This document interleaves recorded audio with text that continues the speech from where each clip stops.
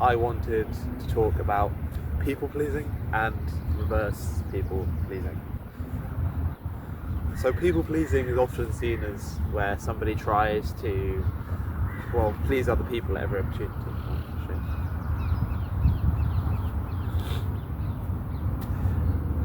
And the ironic thing is, unconsciously, it's sort of a slightly selfish act, in that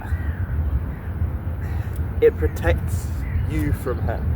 Like when you're doing it, you think, oh, I'm protecting the other person, I'm just trying to please them and make them feel happy. But ironically, you're actually just trying to make yourself feel happy by not telling them something that you think is necessary but might hurt them. And you see it often that people who try so hard to please everyone often end up pleasing nobody because they lose the trust that they have, and it's sad.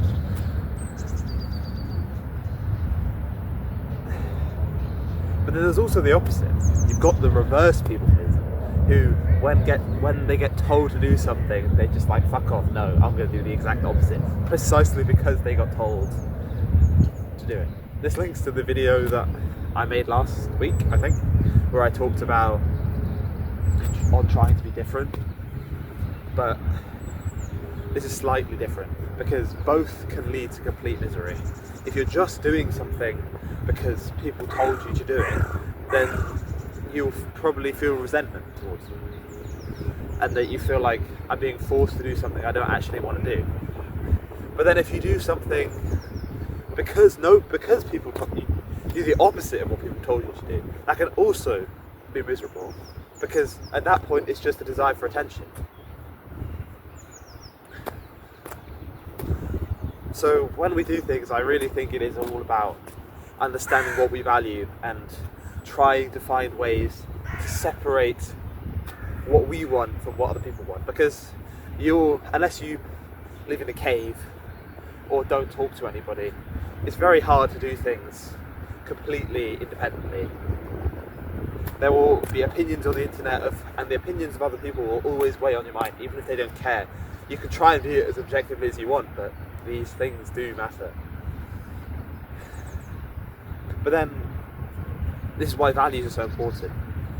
If you know what you value and you know what you want, then other people's opinions matter less, because you're less focused on, oh, where's this going to get me in terms of how other people are going to view me, and you just start thinking about, is this truly going to be what I want to do? Or is this who I want to live with? Is this who I want to be with? It's that kind of question. And we all want to feel different and feel special. And people pleasing and reverse people pleasing are often ways to get there. When you reverse people please, people are like, oh, he's not going to listen to me, and they get annoyed at you. But that's sort of the goal. You want to be different, so you kind of want everyone to be annoyed at you. But then with people pleasing, everyone says they like you on the surface, but over the long term it can just cause a lot of pain within oneself, but also with other people, because you just don't end up pleasing anybody. And it's tough because you can also have both at the same time. Someone who in some domains just wants to do what everyone is telling them not to, like a teenage rebel. I mean, I've done that before.